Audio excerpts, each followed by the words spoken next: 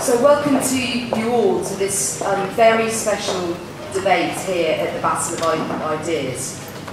This afternoon we're here to see the Debating Matters International Final, where the winners of the Debating Matters Indian competition take on the winners of the Debating Matters UK competition to decide on our international champion. For those who don't know, the Debating Matters competition is a nationwide schools debating competition that's run in the UK by the Institute of Ideas and in India by the British Council and the Institute of Ideas, and was supported in both of those countries by the Wellcome Trust and in India by shell companies in India.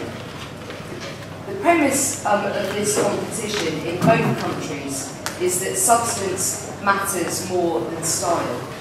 Students that take part in this competition in India and in the UK are expected to research their topic in depth and to defend their arguments under rigorous examination from a panel of judges and a rowdy audience.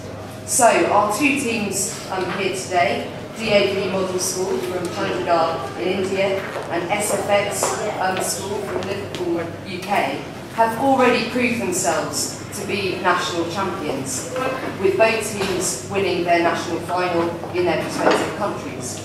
Here at the Battle of Ideas Festival 2011, both teams aim to prove themselves on the international stage and will be fighting to win the title of the Debating Matters International Champion. So, no pressure for either team. So let me first start the debate by introducing myself. My name is Helen Bergesel, and I'm the Resources and Communication Manager for the Debating Matters competition here in the UK. The debate motion that both teams are going to be addressing for us is, it is time to embrace the commercial planting of GM food crops. Arguing for the motion are DAV Model School Chandigarh and against SFX School Liverpool. So let me start just by introducing the judges this afternoon. At the end there is Dr. Bill Derodier, who is an Associate Fellow of the International Security Programme of the Royal Institute of International Affairs, Chatham House, in London. He's currently based in Singapore, where for the last 3 years he coordinated various security-related research programmes at Nanyang Technological University. He's also been a Debating Matters judge for many years now, and is one of our most prized actually. So a very warm welcome to Bill, and thank you for joining us this afternoon.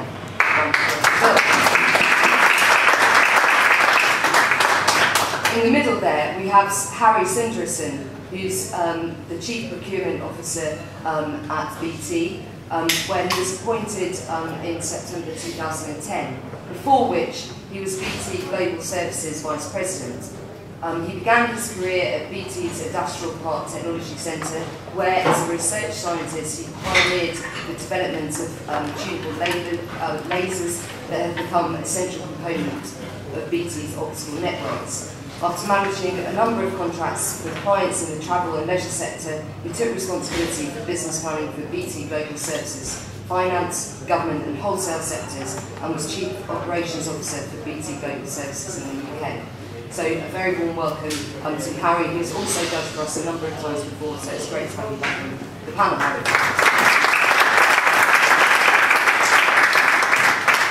And last, but by no means least, we have Dame Sandra Dawson, who is the Deputy Vice-Chancellor of the University of Cambridge, KPMG Professorship of Management Studies at Judge Business School, Cambridge, and Fellow of Sydney Sussex College, having served as a Master there from 1999 until 2009.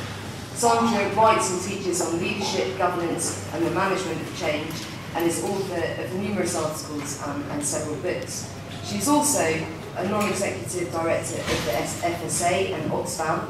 She chairs the UK Advanced Institute of Management, which is a cross-business school collaboration, and is a member of the Prime Minister's Advisory Council on Science and Technology, the UK-India Roundtable, and the Advisory Board of the UK-India Business Council. We couldn't think of a better person to judge for this debate, so a very warm welcome to our new judge, Dame Sandra Dawson.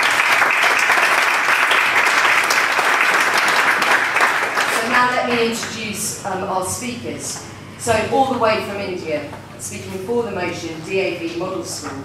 Our first speaker is Shun, who is a student from DAV Chandigarh and is about to study a BA in economics. He describes himself as one of those unfortunate people who are mildly good at a lot of things, but brilliant, he says, at next to nothing. He spends his free afternoons playing the guitar, reading, writing poetry, eating, headbanging, swimming, and embarrassing himself on the basketball court.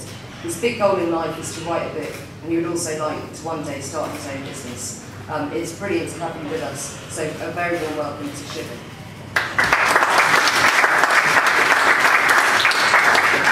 His teammate, our second speaker, is Sanjit Kumar, who's also a student, of course, from DAV Chandigarh, and is about to become a doctor in training. He has an abiding love for biology, and he enjoys playing basketball, a game which has gifted him, he says, with torn ligaments on 3 separate occasions. His other pastimes include cycling, reading about the human brain, quantum mechanics, and lusting after supercars and chocolates. He loves Wikipedia and wants to eventually become a neurosurgeon to have some hands-on time with the 1.4 kilogram jelly blob that we call the brain. A very warm welcome to you.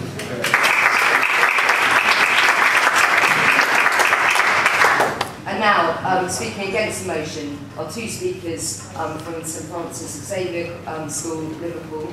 Our first speaker is Matthew Oldham, who's been taking part in competitive debating for 3 years now, and has taken part in many competitions across the country, including those at Oxford, Cambridge and Durham.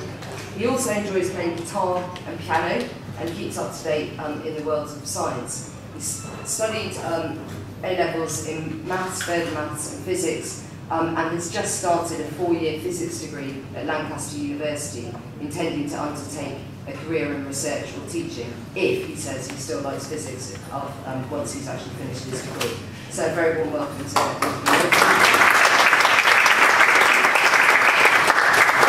And our final speaker, Matthew Hanley, who has finished his A-levels in maths, English literature, physics, philosophy and ethics and history.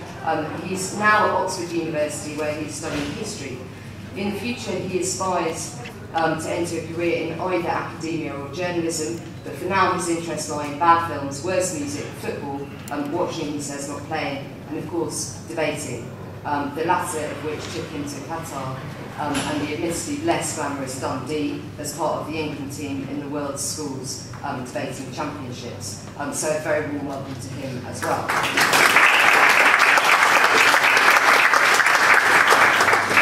So let's actually get on with the debate itself. Each of our speakers has 3 minutes in which to set out their case. After 2.5 minutes, I'm going to knock on the table so that everyone knows that you've got 30 seconds to wind up, and in 3 minutes I'm just going to kind of ask you to finish your, that sentence. So, well done, both teams, to have got here in the first place. It's a huge achievement, but now, may the best team win the international final. So, if you can kick us off, Ship.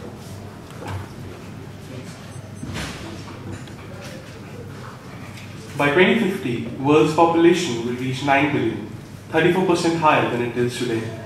And nearly all of this will be in developing countries. In order to feed this larger population, food production will have to rise by 70%. At the same time, the world is running out of farming land and water resources. Compounding the problem is climate change. Cropping patterns are changing and yields are decreasing. Now, in such a scenario, we have 3 agricultural techniques available to us: conventional, organic, and GM. Out of the 3, we believe GM is the most viable when we talk about feeding the global poor. What is GM? GM foods are foods which have had specific changes introduced into the DNA by genetic engineering techniques. And what are the benefits of GM? There are many, and we'll go over them. Benefits to farmers. Results from 12 countries indicate that most surveyed farmers have increased yields, decreased costs, and improved economic performance. The benefits were found to be greatest for the mostly small farmers in developing countries.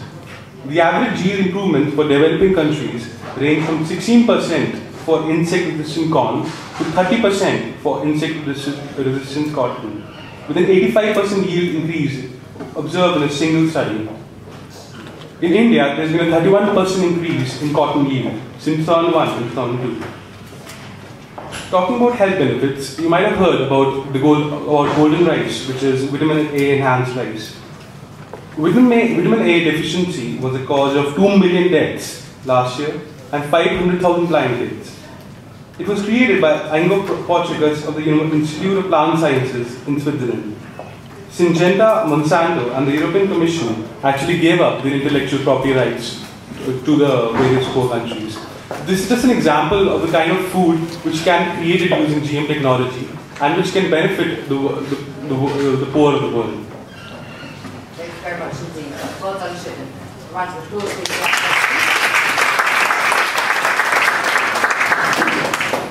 So, our first speaker against the motion, Matthew Golden, when you're ready.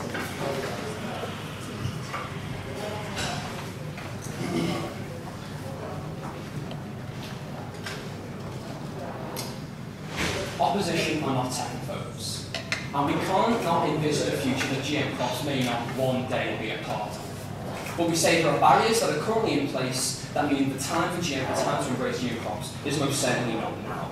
So I've got three main reasons, my partner has some more, about why this time is not now. And on to the first, possibility of cross-contamination. So we say the methods with which plants propagate themselves make it extremely likely that plants will cross-pollinate each other. For example, like many of the plants that are possible for GMs disperse themselves through the wind, which makes it very difficult to control the spread of these crops. So you're effectively introducing a crop with a huge advantage over every other crop in the current ecosystem to sort of dominate over the others. And we say either this crop or another crop that's had the advantage conferred to it through gene transfer, for example, super weeds in the USA with resistance to herbicide, dominating the ecosystem of rural organisms, or for example, natural pesticides in the leaves of BT cotton, end up accumulating in the bodies of insects and then their predators. And we say, as well as that, there's the chance of conferring traits to neighbours' crops, risking litigation, for example, claims that you've stolen seeds from companies who have patents over these crops. Or, for example, there is research into a suicide gene which renders the seeds of these plants sterile, so that farmers can't resow seeds, further keeping royalties. Secondly, there is the effects on agricultural practice by encouraging something called monocropping, which is basically a reliance on only one variety. We say this is a problem because the plants which are candidates for GM are traditionally monocropped to a certain extent. For example, corn, soy, and cotton. Right, but this tends to sap the soil of nutrients, requiring huge amounts of fertilizer, and it's GM which can help with this. But the problem is, because GM now makes that a better possibility, it encourages monocropping. Secondly, if you can only grow flood-resistant rice on land that's prone to flooding, you can only grow one kind of crop. And we say that's a problem because you end up being depending on one crop. For example, we have these things called natural blights, which is you have a new bacteria which starts a fungal infection. And if you're dependent on one crop, and you have food insecurity, and you're incredibly vulnerable to any disease that spreads through these crops. And you can't protect against these blights through GM before the fact. You'd have to wait for a new crop to be developed. So we say that's a huge problem, and it encourages really unsafe agricultural practice, which is not what these developing countries need at the moment. Finally, there's small point about health concerns, right? So we have there are a lot of studies at the moment, but we say the majority of them are biased in companies which have vested interest in trying to prove their point one way or the other, and we say a lot of independent research is systematically blocked by the companies which own the patents to these GM seeds. So in this case, we have a lot of conflicting studies, and therefore the results are inconclusive in that case. But also, current regulation for these GM seeds only requires a chemical comparison to food that's already on the market. And we say that's kind of an oversight when you're now dealing with crops which are different in completely different standards, such as DNA. And so for those reasons that we oppose today's motion, the time is definitely now. Thank you very much.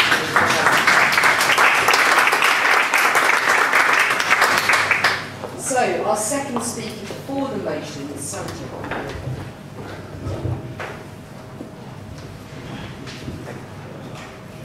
In spite of all the benefits that GMs have, we still have opposition. One of the primary reasons has been the health. How do you decide that a food is safe to eat? Is it 10 years after you started eating it? Is it 20 years? Or is it 15? GM food crops have not come up right now. They have come up 10 or 15 years ago. They've been used in the US for the past 15 years without showing any signs of allergy. The WHO and the FAO have clearly mentioned that no commercially available GM crop at the present moment poses any allergic risk. Apart from that, there are certain steps that every GM crop must actually go through, which are sometimes more than normal organic crops have to go through, in order to make sure that these are safe to eat. Let me just elucidate these steps. The first is, we have to determine whether the DNA itself is bad. Because if it's bad, the protein that forms from it by the process of translation is going to be bad, and its metabolites are tested as well, so that on degradation, it does not get converted into something that is toxic. Second, what is tested is the chemical composition of the plant. So what we're basically testing is the interaction of the various proteins. So if in a cell you're producing a genetically modified protein, it should not just combine with another one and become toxic. The third is the effect on the microbes in our gastrointestinal tract. Even that is studied so that they do not become resistant to antibiotics, something that we do really require. So we do not really want that ever to happen, because if that happens, our normal fevers are going to have a lot of problems. Then there are tests for allergies. There are tests which actually say how much we are going to be eating and what the diet is going to be like, nutritional problems, and greater tests are actually done provided some problem comes up in the earlier tests. Then comes the problem of commercialization. Commercialization is going to be viable if only if it provides a clear cost, real cost advantage, which it does. As my partner quoted, across 12 countries, research has actually shown that it doesn't really have an economic advantage. And apart from that, if we do not commercialize it, what are we standing to gain? Scientists have been working for GM for the past 30 years. It took them a lot of years to actually bring anything to the field. Now, if we do not let it commercialize now, we are just going to be preventing scientists from commercializing it further. We are going to be dissuading those scientists from working. And then, if you have a scientist whose product you're not going to allow into the market just for the reason that you've got some concerns, well, it's just going to be bad. And one of the other concerns is that it can cross-contaminate. Well, cross-contamination risks are minimized actually by using 20% normal crops, as well as some new technologies are coming up, some of which actually prevent co-formation. Things like this actually make me hopeful that GM will be commercialized soon. Thank you.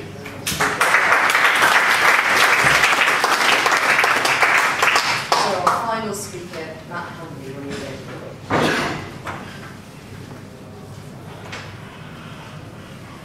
Ladies and gentlemen, so far all of the benefits that Team India have given you seem to be confined to the science labs. Let's look at why the staff's going to worsen the lives of lots and lots of people, specifically in the developing world. So first of all, let's talk about the farmers who purchase GM seeds or crops. Now we say because of the lack of knowledge or infrastructure which exists in lots and lots of the countries that we're talking about, people can be pushed into exploitative contracts. So for example, we get the sort of situation that Matt was talking to about in his speech, whereby people are pushed into buying cheaper land because, for example, it may have traditional disadvantages, such as it may be prone to flooding, on the proviso that they can now purchase these flood-resistant crops from GM providers. Now that might sound great in the short term, but what happens like a year or two down the line when you need to have a new harvest? And now literally the only types of crops that you can grow are those which are provided by that GM company. Not only that, but you may be contractually obliged to repurchase, and also because of aggressive patent laws, which are aggressively upheld by the World Trade Organization, other companies can't come up and produce competition. So we get monopolies developing, whereby not only do these countries have control, not only do these companies have control of the individual farms, but they also have control of their product and of the entire sort of system to an unacceptable degree.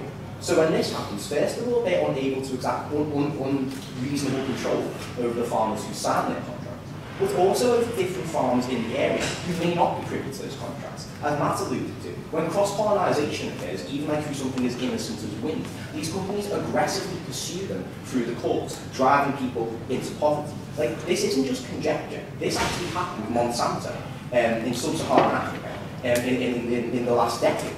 Ladies and gentlemen, this ruins people's lives. First of all, they're pushed into legal situations which they simply don't have the resources to deal with. Secondly, it drives up the price of both the crops which they're having to purchase, But also, if we want to pursue India's model of expanding this to commercial, it also puts the entire food supply in the control of these companies, allowing them to drive it up, allowing them to exploit the many for the interests of the few. Secondly, now let's talk about the farmers who don't even buy these GM crops and why they still get trampled. Because in lots of instances, you simply can't sell to individuals because they're too poor to purchase them. So instead, GM companies go to governments and push their products to them instead. When that happens, the investment then is transferred to investing in individual farmers, to investing in these massive companies. The small farmers who we're talking about today lose out first of all through not getting the subsidies which they might be otherwise getting, but mainly through mechanisation. If farming goes from something which is happening by individuals sustaining themselves and their community, to instead being into the hands of big pharma, which Team India is talking about, we think that lots and lots of people lose their jobs, lots of people lose their livelihoods, lots of people lose their only source of income and their only source of food. Ladies and gentlemen, this motion leads to hunger, unemployment, and monopoly. We're not willing to allow this in order to line pockets on food executives. Thank you very much.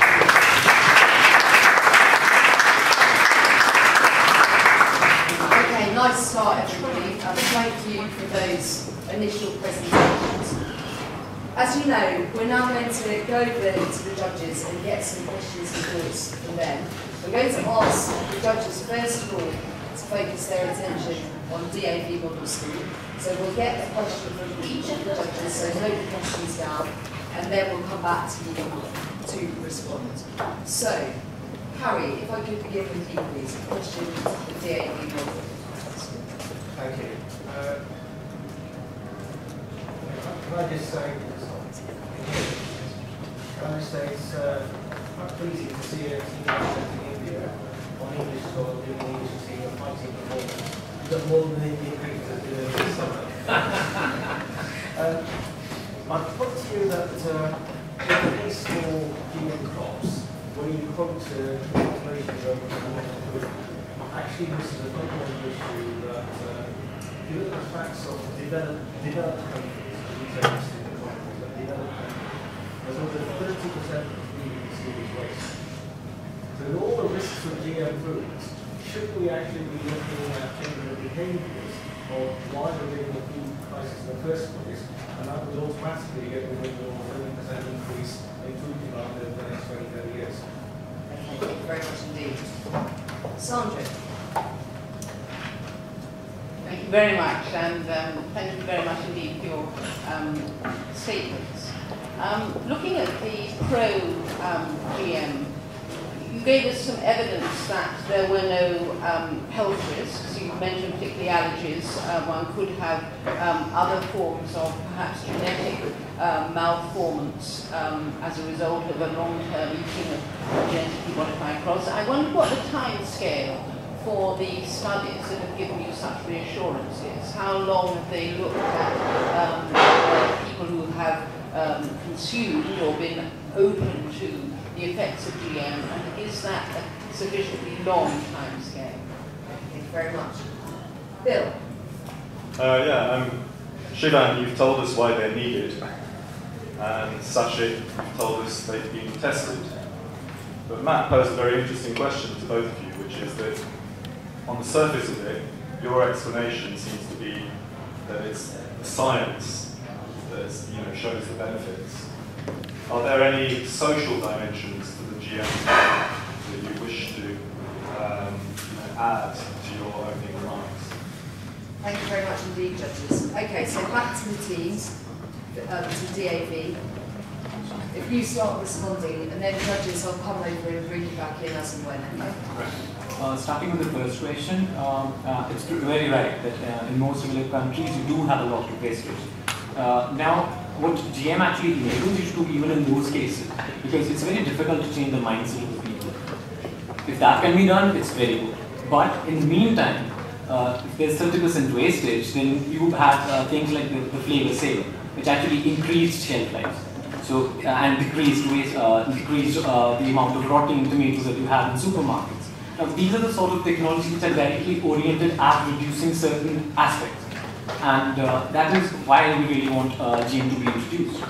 Because it doesn't give you, because the amount of harms which are there are not as much scientifically proven. Chief Minister in our country, where we come from, Punjab, Chief Minister of Punjab issued a statement and he said that, like what you said, that large portion of the food was rotting in godowns because, there wasn't enough, the food didn't last too long.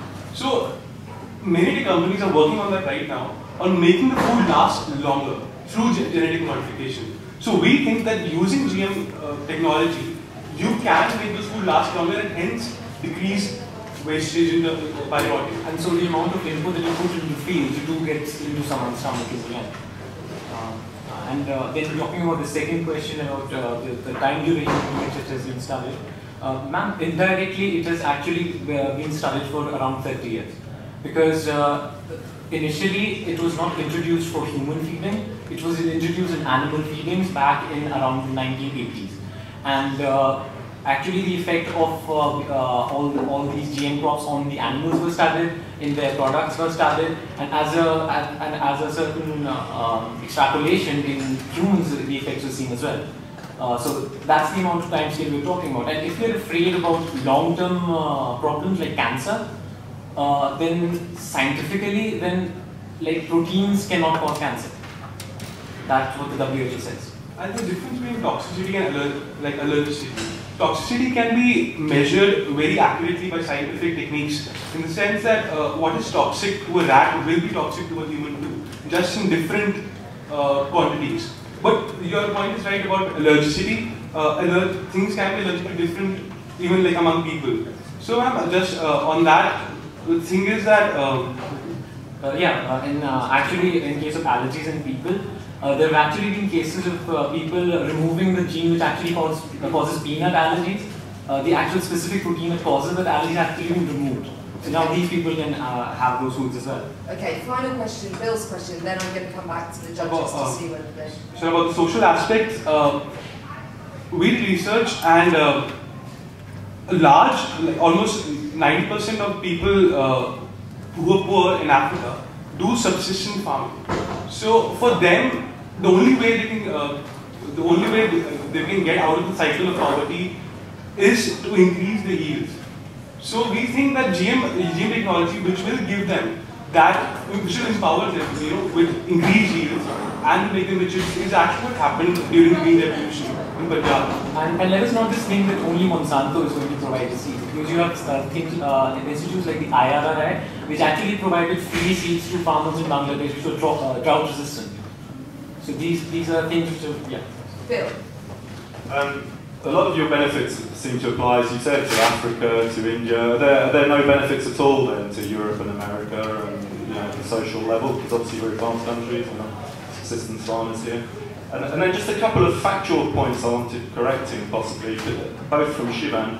You said in your introduction that we're running out of farmland. That's not my reading of it. Land is being retired all over the world. It's being turned into nature reserves, golf courses. So what's your evidence that we're running out of land? And you also said that toxicity to rats translates to humans. That's definitely a factual error, surely. So the positives for Europe are going to be similar for the ones in Africa, and I'll tell you how. Even in Europe, you have pesticide sprays, right? So we cannot keep adding an indefinite amount of pesticide. So what GM actually enables you to do is actually put a limit on those things. So basically you are reducing the use of these toxic chemicals, and as a result it translates into healthier products for the consumer, even in developed countries. So it need not be a myopic benefits only to developing countries. Okay, Sandra. I just like to come back to your points on various points of evidence. You say that GM has been around for 30 years. Well, is the nature of the studies on populations, has there been any longitudinal work on particular groups of people? How do we know that the evidence that you're reducing, even for 20 years, is not as it were randomly distributed across the scientific world, and that we're really not getting the longitudinal focus that we would need to in order to be able to really make the claims that you've made? Do you want to quickly respond to that? Yeah, ma'am. Actually, we had actually gone on to the WHO site because we wanted to clearly know if there be any health risk associated. and they've actually mentioned that GM crops are not toxic. It's as per their research. The WHO has actually gathered data from the US because they've actually started it the earliest, and they've taken data from the other countries as well, and then compiled them and produced their results. That it is not toxic and it is does not show any health problems. It's not just the WHO, it's also FAO and the Royal Society of Medicine, even the EU, study finance for EU, all of them point towards the fact that all of them state very explicitly that GM food is safe. Judges, final question. Yeah, so coming back to my point, following on what you heard from the other judge as well, are we not introducing that, say, potential toxic time bomb? Where is the choice being given to people? I don't think it reflected enough on the choice rather than the decision made on their behalf. You've chosen particular farmers, particular communities, but the general population just eating food. Do they really understand the risks of what they're doing over generations? So when we were discussing it, it came up a lot of times, and we actually made up a model for the commercialization of it, and then a part of that model is actually clearly labeling GM food, so that the consumer does have an option. But what we are saying is give the farmer an option as well. So for him, if it's economically more feasible to grow a GM crop, let him commercialize a GM crop. It's not bad. Exactly. Okay, thank you very much indeed to DAV for those responses and to the judges for those questions. I'm now going to ask you to turn your attention to SFX, to the two Matthews, and this time I'll begin with Bill. Okay, Matthews. Hello. Hello. Okay. Well, I just thought all your points. What's new or unique to GM? You say cross-contamination, is that new or unique to GM? You say sterile seeds, is that new or unique to GM? Mono-agriculture, is that new or unique to GM? Patents being used to block people, exploitative contracts. What's new in what you're saying? I mean, this has been the case for conventional agriculture, sure. Thank you very much. Harry. Yeah, so building on that point, surely all GM is doing is an acceleration of the natural order. Things like this happen all the time, and over millennia we have species come, species go, species adapt. Just a case of natural selection that's been accelerated. Thank you very much. Sandra. You began by saying opposition is not technophobe, and it's not a question of no, it's a question of not now. So I wondered what your criteria would be for knowing when the time was right, and whether you could give us a time scale on when you thought those criteria might be delivered. Thank you very much. Okay. Sure. Okay, so, sorry, yeah, first of all to Bill's question, what's new or unique about GM? So first of all, in lots of instances there are new things, like there are certain types of mutations and cross-pollinizations that haven't happened before and are especially dangerous. Even if it isn't entirely new, it's all the worse because it's involving something as crucial to everyone's food supply. So whereas there may have been cross-pollination in the past, when that's happened, it hasn't led to like massive big farm companies, lawyers knocking on the doors of small subsistence farmers and like taking them through the court because by accident some crops like some pollen have blown into their field.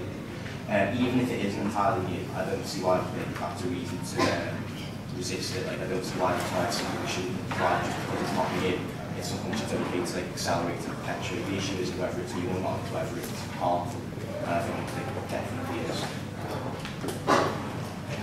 Yeah, okay, so I'll take the next question. Surely it's natural that it's asked that. Well, one of the main differences is the sort of traits we can now give to plants that they didn't have before. Like, in sort of like the way we can give plants like so they can have natural herbicide and pesticides in the leaves, which deter pests and things, and like the way we can deter the way that we now have plants which are hugely dominant over the other organisms that are already present in the ecosystem. So the main difference is that you have one crop that is being accelerated to a more dominant like version of itself, whereas all the other plants in the ecosystem are remaining wherever evolution has got them so far. So in terms of harms to the ecosystem, you can have one crop through dispersal of seeds can sort of wreak havoc on an ecosystem because every other plant in that area is like a prey of a certain insect, whereas this one plant can dominate across all the others. So, yeah, sure. And in answer to Dave's question about if now's not the time, when, basically the sort of like problems that we've been talking about throughout, so like to be we've got, whilst there are still major safety concerns about these crops, whilst there are still whilst they still can pose threats to ecosystems, we wouldn't, whilst like the countries in question, like in the developing world, haven't got the infrastructure to necessarily deal with these fully. Whilst like information doesn't necessarily exist, why the patent laws are so strict and so rigorously upheld by the World Trade Organization, you can get these horrendous monopolies developing. I think what we'd advocate is that like research into GM food crops is fine, like in order to resolve these issues. But whilst those issues are still in place, it's just too dangerous to put the team on competition said like 90% of people in the developing world rely on subsistence farming. Like if you roll out, whilst that's the case, if you roll out the GM food crop commercially, then those people are all going to suffer because of this. They're going to be out of jobs, and they're going to be at the mercy of these massive monopolies. That's something whilst that's the case.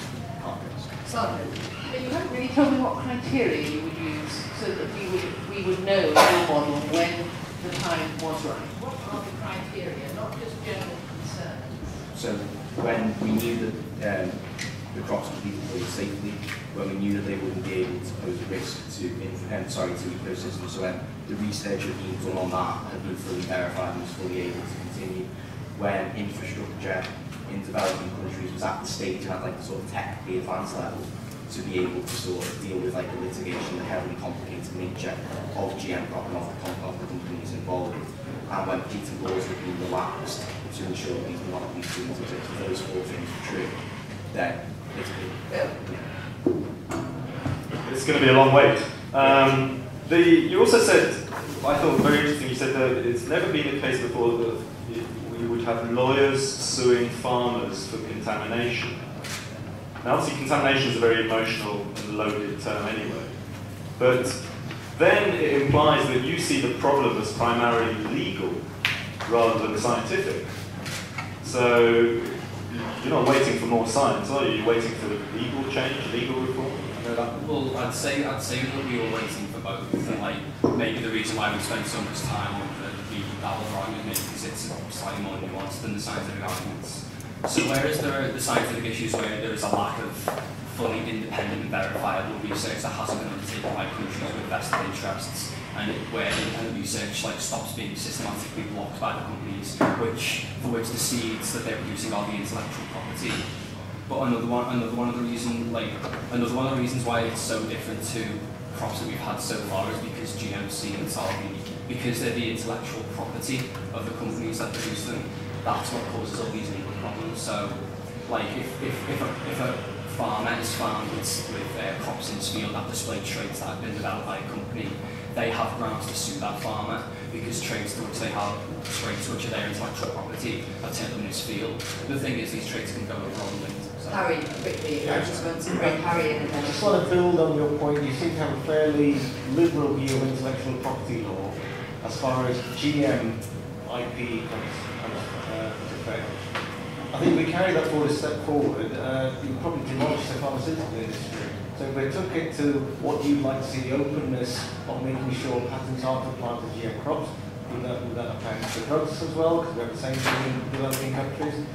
We have whole industries breaking down. Yeah, I don't think we're advocating the patent system breaking down completely. I think what we're advocating is not having it so rigorously upheld that like individual farmers can be sued for cross-contamination. So I draw the parallel with antiretroviral drugs for combating HIV/AIDS. What lots of companies, what some companies are starting to do is relax the patents in certain emergency instances to allow the development of generic drugs, which are like a cheaper model, which have the same traits and the same chemical compound. Like that simply isn't happening at the moment with in the case of GM, like the things which the team on the proposition brought to us is very much the exception rather than the rule. Whilst that's still the case, you're going to get sort of monopoly development right to the part of my speech, and like those have just intolerable impacts on individual farmers and entire communities.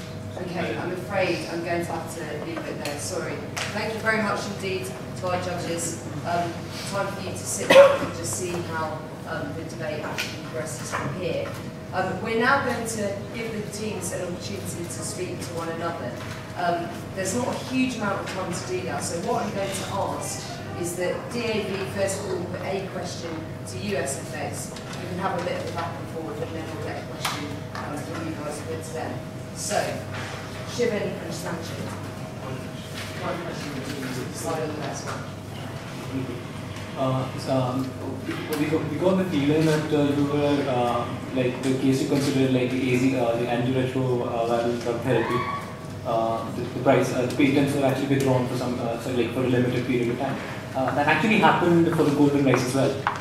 Because seeing the amount of benefits it actually gave, Syngenta, Monsanto, everyone gave up their intellectual property rights and under the humanitarian free licenses agreement gave it out for free to subsidiary farmers, to subsistence farmers. So these poor people can have it for free. So in that case, would you still mind commercializing it for these people? Seeing that it is going to save them from certain blindness. So in instances like that, where you've had it being, where you've had the patents being relaxed, if the scientific checks that we were talking about were true, then that isn't something we have a major problem with. What we've got the issue with at the moment is the first case of very much the exception rather than the norm. The fact that we've had controversies over Monsanto, after bounty buying in the last decade, splitting farms at such a wide level, literally ruining communities by through these monopolies. But then, whilst that's the norm, which it factually is in the system at the moment, then commercial plantations going to benefit the few rather than many. Yeah, but then you've got institutes like the IRRI, you've got the Cambridge University, you've got universities in Adelaide, you've got universities in India. Even Kenya started its own biotechnology research. A lot of people seem to put, who are against GM seem to portray it as if all the research being done by evil corporations like Monsanto and Syngenta, but that's not true. A lot of research is being done in a lot of laboratories and universities and like we said IRRI and collaboration between Syngenta and CIMMYT. We thought this in GMP, like research in universities is different from commercial planting. So we're quite happy to see research and quite happy to try and verify, the ability of these crops to work. But that's not what this debate's about. This is about rolling it out now. IRRI actually rolled out the drought-resistant rice varieties, and these are actually growing right now in the Philippines and Bangladesh. Okay, so there might be some universities out there that have the ability to genetically engineer by themselves new crops, but we say in the vast majority of cases the resources that are required to create a new line of GM crops, then roll them out to a nation to deal with the kind of problems you're talking about. We're saying in the majority of cases it's going to be these corporations who are responsible for those crops. And in the case of golden rice, where in one instance a company was benevolent enough to sort of reduce these laws, but while we're still relying on the benevolence of individual companies to try and sort out this pain that's still out, we say that until it becomes a sort of policy or becomes a rule for GM as a whole, and when I talk about the companies that actually are doing this the majority of the time, we say we can come into it still on the time. We're going to have to get a question down from you to put to DAV, and then we're coming out to the audience, so people do get ready to put some questions to their teams. Okay, so in his Nobel Prize winning thesis, Amartya Sen gave some very compelling evidence to prove that it's not a lack of food, it's a lack of access to that food which is the cause of hunger in the developing world. How are you going to resolve that problem by leaving the food supply in control of self-interested big pharma industries? A lot of the countries in which we talk about hunger, we do have people who hoard stuff, but at the same time we have got small farmers. We do not have big farmers producing a lot of things and then one hoarder holding it all in. We've got smaller farmers, and what those smaller farmers do is they produce stuff on a very small scale.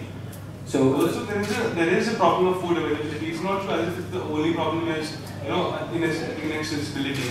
Like there are countries where the entire country is struck by famine. Like for example, in Haiti the government was ousted because people didn't have food and there were food riots. So that's not entirely true. But if you talk about the smaller farmers, then how are they going to survive even when their governments they don't have a need for their food anymore because they've got a massive contract from Monsanto? or where in lots of instances, even if the farmers are lucky enough to get their hands on the GM crops, they end up in the situation that I was talking about, where they're either contractually or just bound by their situation to continue purchasing off the company, who can just drive up the prices again and again and again and leave them impoverished and hungry. How does that help? See, that is why we need commercialization, because commercialization leads to competition, it leads to decreased costs. Because then the competing laws are so rigorous that you can't have proper competition because companies generate that's only for the United States of America. Kenya actually Kenya actually refused external help and said they'll do their own research. So a government entering into a nexus with a private company to mess up with the farmers is really a political problem, more than a commercialization. The problem with patents isn't constricted to the US, it's constricted to the World Trade Organization and it's sort of the World Intellectual Property Organization. They're the ones who are upholding these companies, are very powerful organizations. Okay. So when you say that last comment, and then we're going out to the audience. Exactly the thing, the things which are being developed for the poor people, things like drought-resistant varieties, things which are actually which are biofortified foods. These are things which most companies usually readily give up their patents for. Okay. That's what our point is. Thank you very much. Out to the audience then. Hands up. Can we go here first, please, and I'll come over here as well.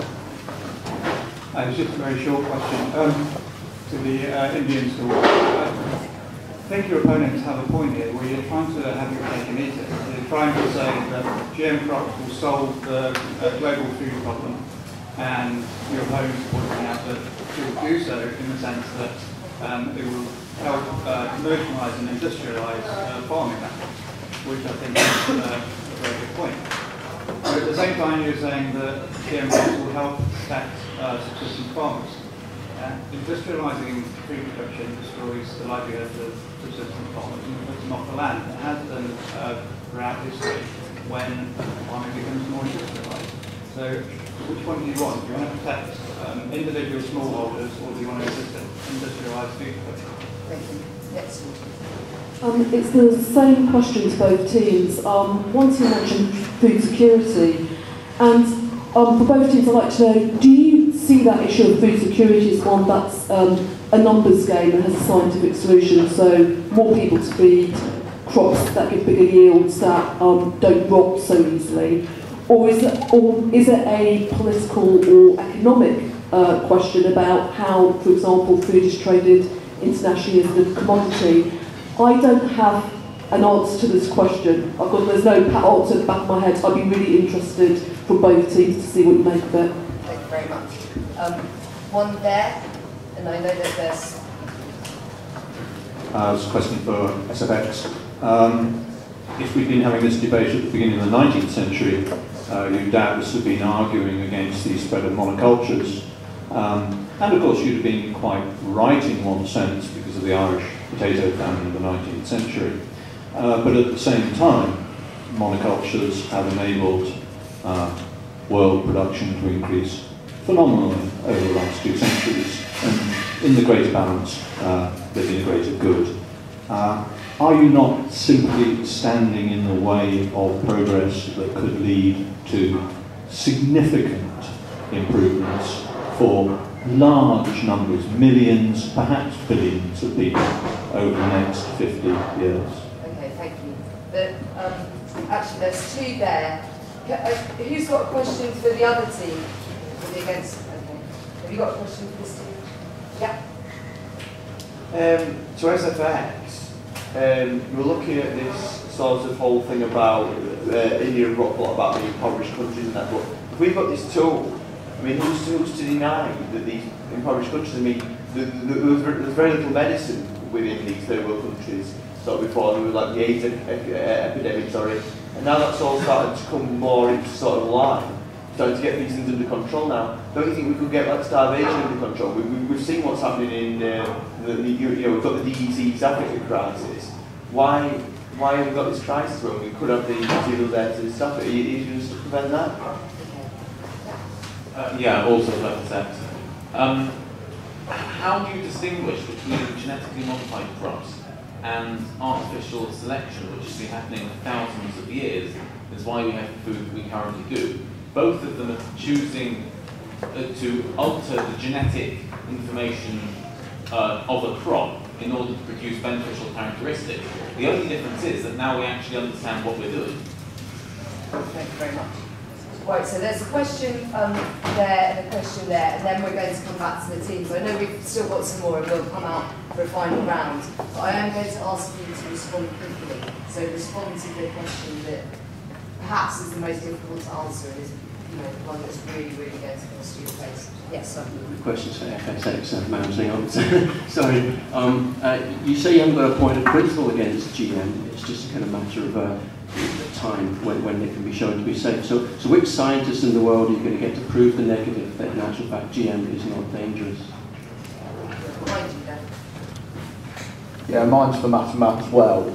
Very similar line. So at what point do we call things safe? You're saying we wait, new issues will come up, new variants will appear. At what point do we stop saying that it's all fine and let's go with it? Okay, thank you very much. Right, so we'll come back to our teams to respond. We're just going to move along the table, okay? So Sanjit, if you kick us off, just a couple of things. I want it to be really quick fire because we do want to go back out to the audience. So, the first question regarding big or small farmers, who are really addressing, we're actually addressing both. The big farmers actually benefit because of the reason that they have to use fewer pesticides, fewer herbicides in order to get the same effect that they were having earlier, and as a result they are benefited. Also, they don't need to involve any tilling because the BT gene is already inserted into their crops, which actually is beneficial to them. The small farmers are benefited because they're fallow lands on which usually nothing grows, or land which is affected by climate change. GM crops can actually be grown there. Start with, if you were to do it with natural selection, first of all that would take many years, and the traits could easily very well come out from the cultivar, which is something you do not want. I'd just like to talk about the food security point which mentioned by some Hollands. In the 1960s, when the Green Revolution was happening in India and Pakistan, Africa was passed by because there was, like, for example, in India there was a war going on, so they had no option, but because there were huge food crisis, they had to choose HYVG. But Africa wasn't in such huge problems, so they didn't, it didn't have to adopt the technology.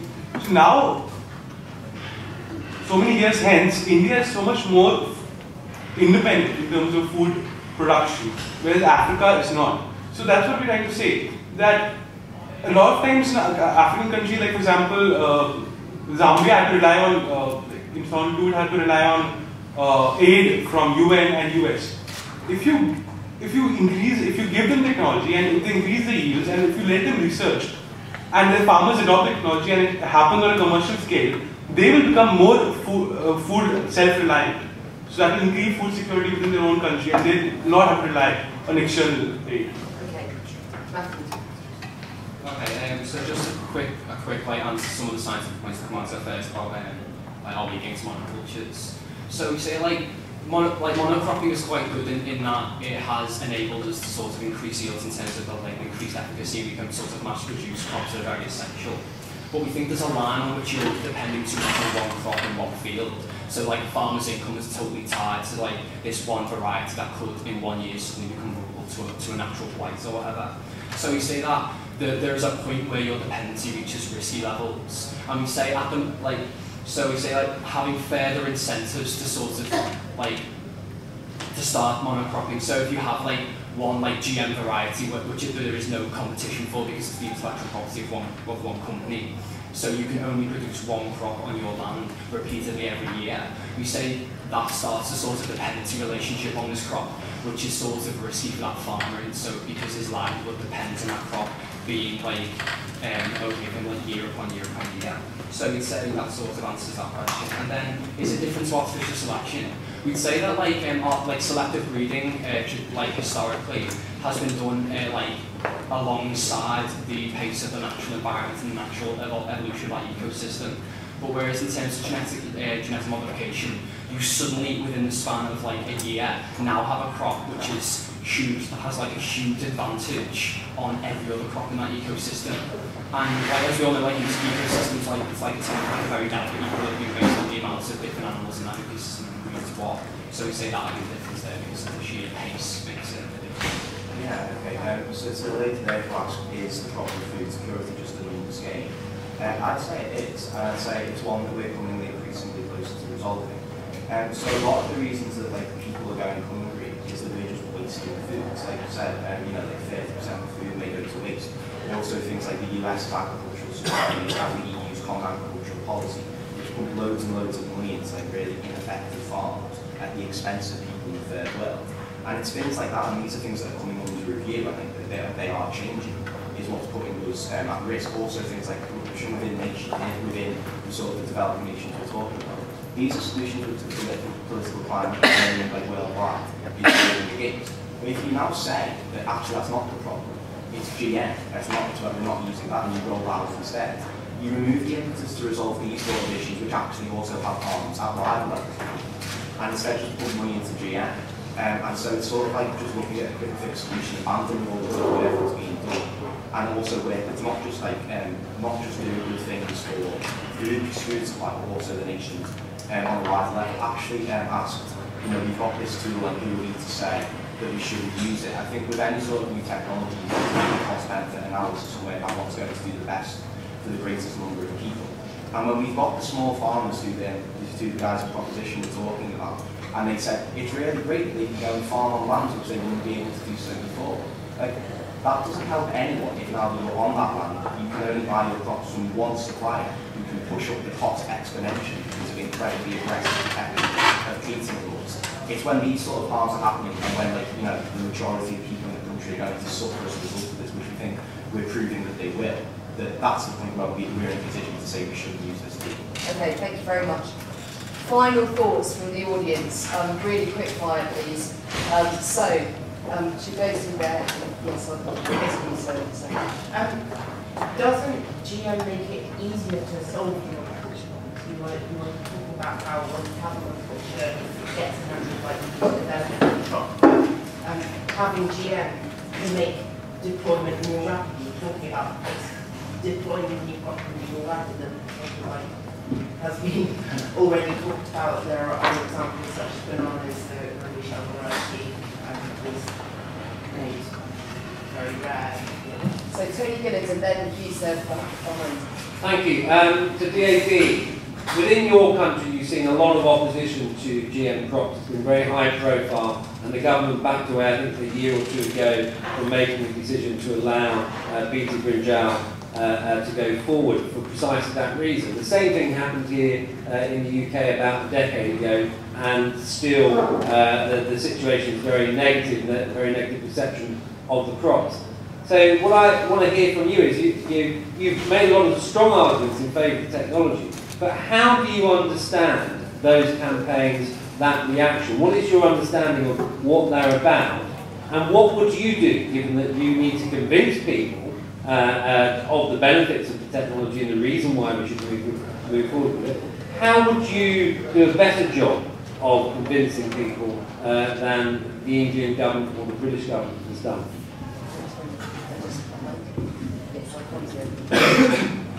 To the positive side, GM has had a great input into the agriculture of India. If this has been beneficial to them, to what do you describe the exponential rise in suicide rates among Indian farmers, as documented by Vandana Shiva? Yes. Because of climate change and global warming, have you considered that maybe genetically modified crops are the only crops that will be able to grow in the future, and that conventional crops might not be able to survive in weather extremes? I've got a question for FX, basically. Sorry. Basically the question is science never proves anything right. So how do you overcompensate for that essentially? I think it's been mentioned a couple of times. And I really need to ask you, you keep saying, oh, these modified crops, they'll have a real advantage on in the ecosystem and that kind of thing. If it's got additional vitamin A in it, it's only got additional vitamin A in it. That's not going to give it an additional growth advantage. Just because you fortify a crop doesn't mean you're going to make it into a super grower as well. there is some choice about what you insert into the genome of a plant. Okay, we're going to come back to the teams now. Now, for time alone, I'm afraid that I'm going to ask you to respond, if you'd like, to some of those questions that were put to you by the audience within your summary speeches. Okay, sorry. But you do each have a minute and a half, so you've got a little bit longer to answer some of those questions if you'd like. Okay? So I'm going to ask you to speak in the order in which we began, which means that you should kick us off. So after 1 minute, I'll knock on the table so you know you've got the next seconds, okay? So respond to some of the questions if you want, and summarise the debate to finally hammer home to the judges what your most important points and arguments actually are. So, Shivan. I'd just like to answer the point about farmer suicides in India because of the cotton. We actually looked up a lot of papers, and what we saw was that the peak in farmer suicide is a percentage of the total suicides occurring in the country. So that is normally around 15.5%. You get what I'm saying? The number of percentage of farmer suicide as a proportion of the whole number of suicides every year. The peak was actually reached in 2002, the year cotton crops failed throughout the country. So the failing of the cotton crop was actually the motivating factor for the government to bring in the BT cotton and implement it. The next year, when the yield from BT cotton was harvested, the suicide percentage was back to normal, which is around 15.5%. So I just like to say that no real conclusion can be drawn. I think there's a lot of hype which was created by some NGOs, and there's no really scientific basis which says that suicide happened because of BT cotton. And as my closing statement, I would just like to say that GM is the next technological step in agriculture. The science's answer to the problem of food unavailability. We're going to have to increase production somehow, some way or the other. And if not GM, then what? Thank you very much indeed. We're going to applaud everyone at the end, okay? Matthew. Okay, so I'm going to try and deal with as many of the problems that were raised there as quick as I can. So firstly, the problem about natural whites is there a GM solution? So you see the problem with that is it's much like the common cold in that it's a sort of catch-all term for a lot of different infections that can be caused by new bacteria or new cause every year. And you can't save crops from them like before the fact. So if you have a natural blight, you've got your GM crops that are suffering from this because they haven't had the protection. You haven't been able to foresee where the next natural blight is going to come from. So in that sense, a GM solution is at least a year away because you need to go to the next harvest next year. So that was why it was required. The fact that GM crops encourage monoculture was a problem because you have dependency on one crop that may be vulnerable to natural blight that year, therefore ruining your entire harvest. And then we had the point about climate change. You see, in that case, the scope of how we've been making this debate is very, very different. But at the moment, in the current climate, we'd say it's not the case. And then with vitamin A, we'd say those concerns about something Okay, so with vitamin A plants, we'd say obviously some of the concerns we've outlined don't apply to the plants that just have increased vitamin A. We'd say that those ones have all the other problems we talked about. So, for example, the health concerns that probably need verifying and that research. And then all the monopolization issues where if you have a crop that has more vitamin A, there's going to be no crop that can compete with that because the intellectual property that whichever company's producer has. So there's no competition, huge monopolization, it's all farmers, all those ones there required. Thank you very much indeed. We'll chat at the end. Okay, Sanjay.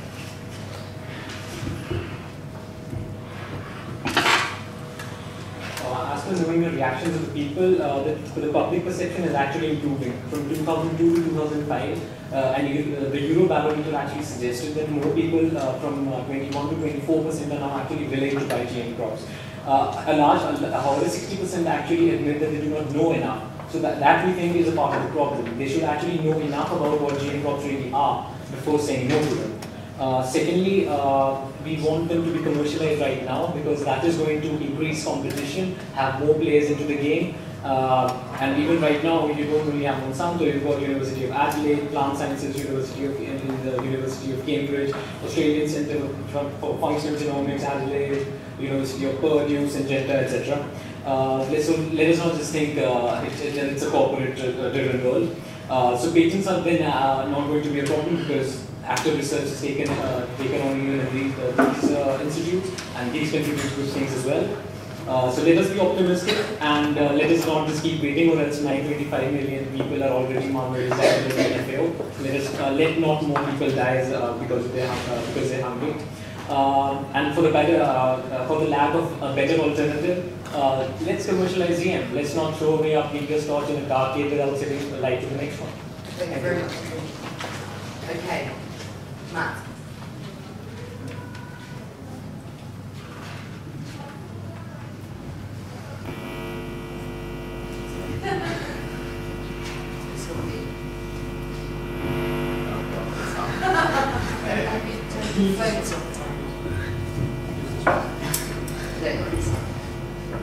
This is a nice way to end it. Anyway, so there was a question asked from the floor earlier on, that who are we to say that we shouldn't deploy GM?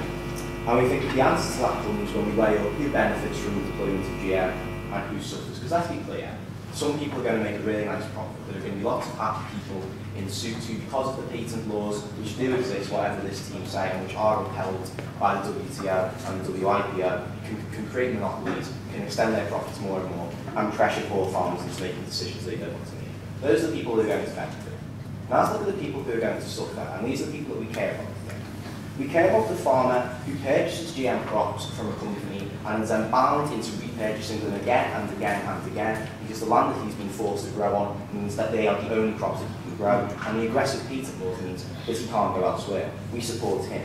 There's a subsistence farmer who simply can't afford to invest in these crops, and when his government decides to go with follow this side's analysis, invest very heavily, gets rid of all the investments they were giving to him, gets rid of the support they were giving to him, gets rid of his market, and allows him to be trampled by the machine. That's when we see unemployment, that's when we see poverty, that's when we see the suicides in India and in the agricultural community. We support them. We also support the average person on the street whose food prices are going to go up and up and up as food control goes into the hands of big pharma who have the aggressive patents available to drive up the costs and create these monopolies. We support the farmers who purchase, we support the farmers who hunt, and we support the average person on the street. If you support these farmers too, then I urge you to stand against running out GM. It's too soon. Thank you.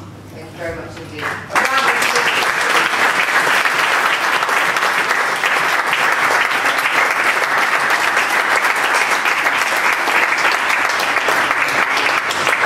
Okay, well done, both teams. We're going to go over to the judges now to get some feedback from them before they go away to make their decision about who's actually won this DM International Final. So I'm going to ask the judges, first of all, to turn their attention to DAV Model School, Chandigarh. So we'll get some feedback from all of the judges and then we'll move on to the other team. Bill. Well, I presume that the other judges will concur with me in saying that you've all performed very well and you're a credit to the competition, both in remaining calm and coherent throughout. My guess on the little evidence I've had is Sasha, you're particularly, you're a very combative individual. I think I respect that. You came back on most of the questions that you were asked and others besides, so all credit to you for that. Even if you fudged the odd answer by saying GM is a benefit to everybody, not just the subsistence farmers. Shivan, I think ultimately I see very good support to Sasha, but I mean together you work really well as a team. My disappointment, but don't worry, I'll give my disappointment to the others in a bit. My disappointment from you is that I just think you failed to address the political dimension of this debate, and Tony Gillen specifically asked you about it in his last question. Why is this a debate at all? If everything is so clear as you suggest, there would be no debate. And so it's really, really that question that you should have constantly, and I tried to raise it at the beginning, and Tony raised it at the end. And I think, Shidan, unfortunately, you lost, a minute of your closing up on, talking about suicide, which might be an interesting point, but it should take a minute. Whereas the big question remained unanswered for me. Thank you very much. Harry. Thank you, and I'd echo what's already been said. I think, if I think about you're both very strong in your facts, you're obviously very well rehearsed in terms of the data. I think I would have liked to have seen more answers from to the audience questions. You sort of went into one or two. There were a lot of quite wide-ranging social, economic questions, quite technical questions that people were asking that I think left unanswered. So, but very well done. I know you guys just got on a plane a very short time ago, but you need to just think about using the time to answer those questions. One other point also I would make is you probably didn't focus enough on attacking your opponents. So you have to look at what they're listening, listen to what they're saying, and try and go for the jugular in terms of some of your responses. But overall, very well done. Thank you very much. Yes, well, I concur strongly with that. I think very, very good case, but I think the case you made was a scientific case, and you felt that the matter would be decided on matters of science. But the question on the longitudinal nature of the evidence and precisely what populations and people you would go to longitudinally, you didn't cover that particularly well. But other than that, you covered the science very, very well. But every time someone asked you a question, you responded with more science. And since it's about, as my colleagues have said, it's a much broader question than that. And indeed, it is a question that you've argued it's a solution, but you didn't allow yourself to develop why the problem may not be as simply as you had outlined. Thank you very much. So, judges, now to turn your attention to SFX. So this time, if I can begin with Harry, please. I think some of those as well are just in reverse. I think you guys didn't play out quite well on the listening to what your competition said to play out. I think you focused on that a bit too much, I would say. You actually, some of yours especially, Matt, I could see you were focusing on particular points to pick out. So maybe just less of that to look at the distinctive points you wanted to make rather than being reactionary. But in overall, I think that's probably for both the teams as well. Because this is not a black and white answer, your positioning could have been, I think, moderated in some of those to get the audience behind your point. Thank you very much. Sandra. Well, I was very similar to Harry. I was going to say that just as we had an overemphasis on the science, here we had an overemphasis upon the political and the social aspects, but I didn't really think you went into detail enough on what really would affect the change that you said you would be prepared to admit. Because although when I pressed you on the criteria, you again gave me general issues. You didn't actually give me specific criteria. I think I was also struck with the fact that you implied, more than implied, you strongly emphasized that the problem was because we had a complete political imbalance in various countries, perhaps in all countries, and that one couldn't trust GM because of these political inequalities. And you didn't really address what might change those political inequalities, which would then change the context in which GM would be applied. And that could come into your sense of what would the criteria be, which might lead you to change over and support it. So I think that you didn't go into sufficient detail of this very complex landscape, even though you kept telling us that you understood it was a complex landscape. Thank you. Bill? Well, I think overall the two of you slightly more balanced, I suppose, in the share of how you fight back, and so both equally good in that respect. Matt, just a quick tip. Don't complain about companies making profits for people in suits when you're wearing a three-piece suit. But anyway, although maybe you're not from a large corporate, who knows. I think obviously this is a final, and it's difficult. You know, there's a lot of nerves at stake here. And, again, I just want to say all credit to you all. I think your side questions that remained unanswered for me was, when will we know that the safe is safe enough? I don't think you ever just told us.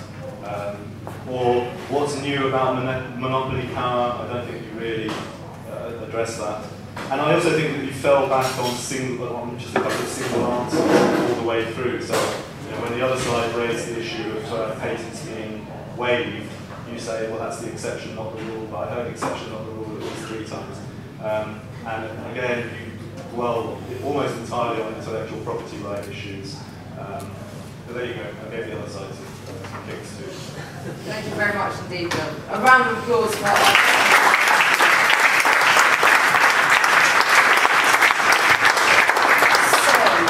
Judges, I'm going to ask you now to leave the room to come to a decision, as I said, about who our international champion is this year. So, if Justine could lead the judges out. Justine, my colleague, is just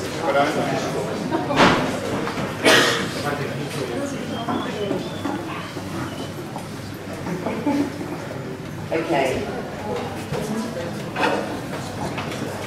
So, it looks as though Sandra is going to give us the result overall. The judges are going to say a bit about what they thought of the debate overall, a few remarks on both teams, and then they're going to deliver their verdict. Even though I know everybody will want to jump up and, you know, pump one another or whatever afterwards. Just bear with us, there are a couple of announcements to make after we've heard the verdict, so don't run up straight away. But for now, the most important thing, judges, over to you. Well, thank you very much. As we've all said, we were very impressed. We felt that neither of the teams really rose to the occasion of the wonderful questions that were set from the floor. We felt that you could have engaged much more deeply, even within a very, very short period, such that you didn't give us more of what you'd already given us, but that you showed us that you had more in your armoury, and what's more, you could see the point that was coming from the question. So we felt that with both teams, we had very good marshalling of what you wanted to present to the debate. By definition, it was going to be selective and it was going to be on your terms.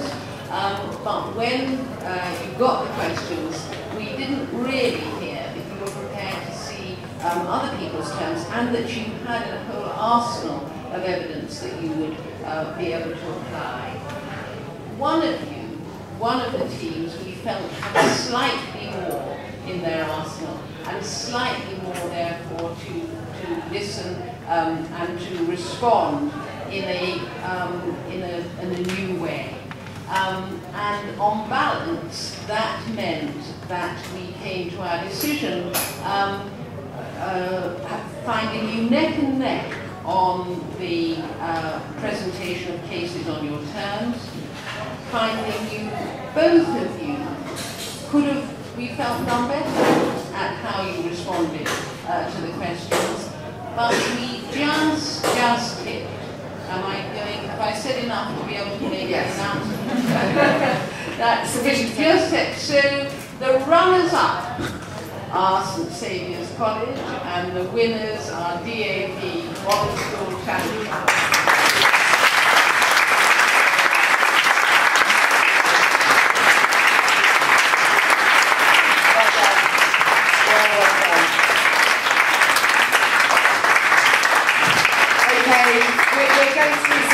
Around and celebrating in a moment, and certainly lots later, because there is going to be a formal presentation for both of the students, both sides, later on this evening. But for now, let me just say, on behalf of Debating Matters, commiserations to SFX. You have always impressed us as a team, and we take our hats off to you. It was great to have you at the battle. But huge congratulations to DAV Chandigarh. Congratulations, you're the third winner of the Debating Matters International Final 2011. Congratulations. Okay, we will give them, let's give them a few round of applause.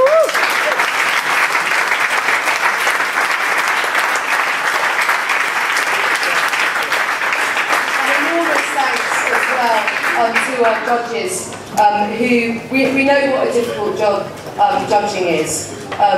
It's very difficult, first of all, to be listening so hard for an hour and a half and to be responding with new ideas all of the time. But it's also very difficult in this day and age to sometimes give young people a hard time and to be critical with them as well as applauding them when they've done a great job. So we really do appreciate what it takes to judge our teams, and we appreciate it enormously.